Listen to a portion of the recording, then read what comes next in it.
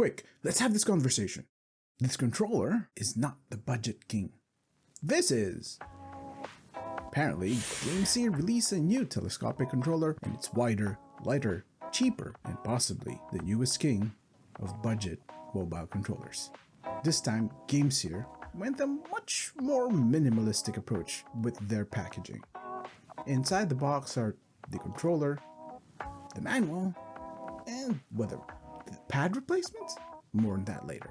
They went hard on how much they want to push this product as a no-nonsense solution to mobile phone gaming, I guess. And it's so light, feel like it's nothing there. For size comparisons, we have the X5 Lite, an Xbox controller, a PS5 controller, a Switch Pro controller, and for comparisons, a G8 Galileo, and as a bonus, Steam Deck. Right, just taking a quick good look at the controller, it's very much an offshoot of the G8 Galileo. Your usual Xbox controls layout, asymmetric analog stick layout, fitted with Hall effect sticks, view and menu buttons, the macro button, which is your turbo button, so to speak, which also doubles as a screenshot button if you press it twice. For iOS, in fact, it also functions as a record button when you press twice and hold. Unfortunately, it only works on apps that are designated as games, so it doesn't work on apps like emulators. Then we have the home button, to which only helps with adjusting the volume on the Android, and no, it doesn't work on the iOS. Or you can use it to calibrate the joysticks. So, what's different? Well, the controller still has that grip support, however, it's not as prominent as its predecessor. Personally, the grip itself is not enough for my hands, but I guess it's comfy enough, and my hands are larger than average. However, it's going to be a problem for those who are packing, if you know what I mean. The face buttons and the D-pad are now membrane. Actually, it has been membrane for a long time. The G8 was membrane. However, this time, they just removed the clicky D-pad membrane altogether. I'm glad that GameSir went with that solid traditional membranes. It's better. Don't fix what's not broken.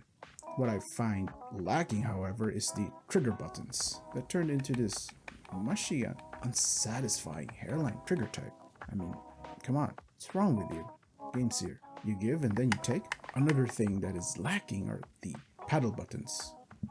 It's just not there. It's something that I have not sorely missed, but some people might disagree.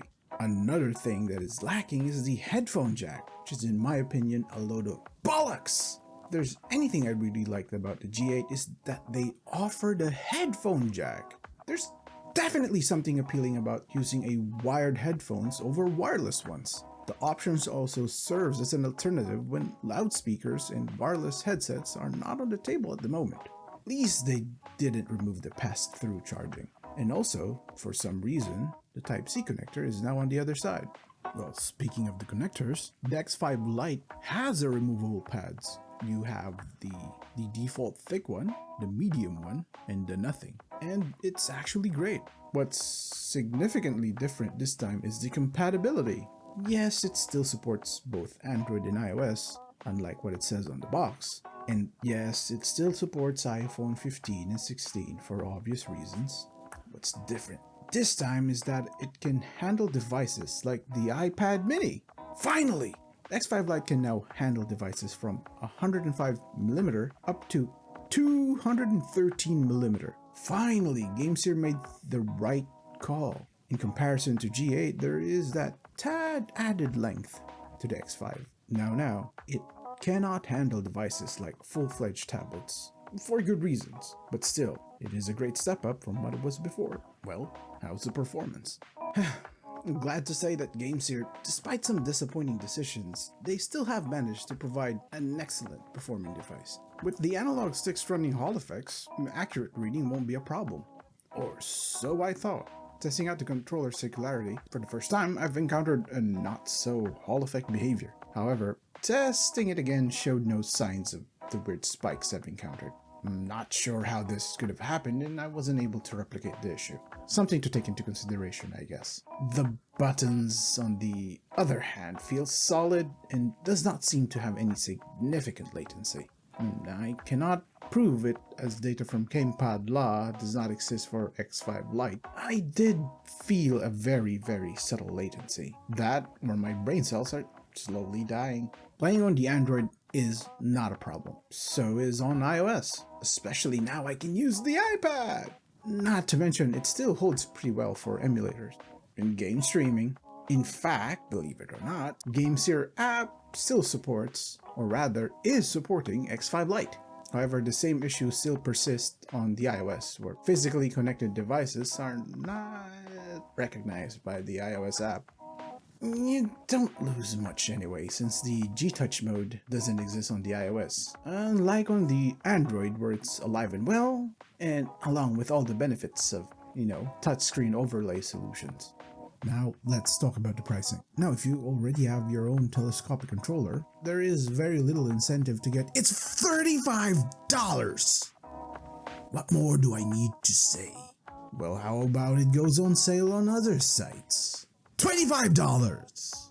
Granted, you can get around the tariff if you live in the freedom country.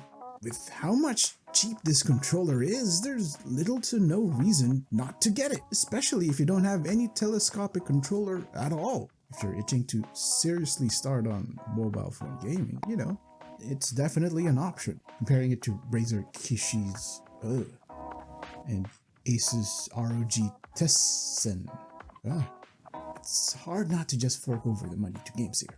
Now, that would be an unfair comparison since there are other available devices. And not only is it light on the pocket, it's also pocketable. Well, it's not exactly the most pocketable thing. Well, it's not an ROG Tessen, that's for sure, but you can chuck it in your bag, put it on your pocket, or comfortably on the cargo pants, and you're good to go. At this point, it's hard to say that we now have a new budget king for mobile gaming controllers. It's with a 2 steps forward and a 1.5 steps back approach from GameSir, dethroning the G8 is kind of a tall order. That being said, it's $35 in comparison to an $80 one. With all that said, the X5 Lite is a great option. Strong responsive sticks, no latency or very minimal latency buttons, and expanded device compatibility. And if you don't need a headphone jack, paddle buttons, and or analog triggers, you don't have an oversized hand, it is a strong dark horse to take the crown at any time soon. I mean, it's $35! What more can you say? You have a complete package under a $35 telescopic controller. In my books, that's a budget king right there. Now, thanks for sticking around.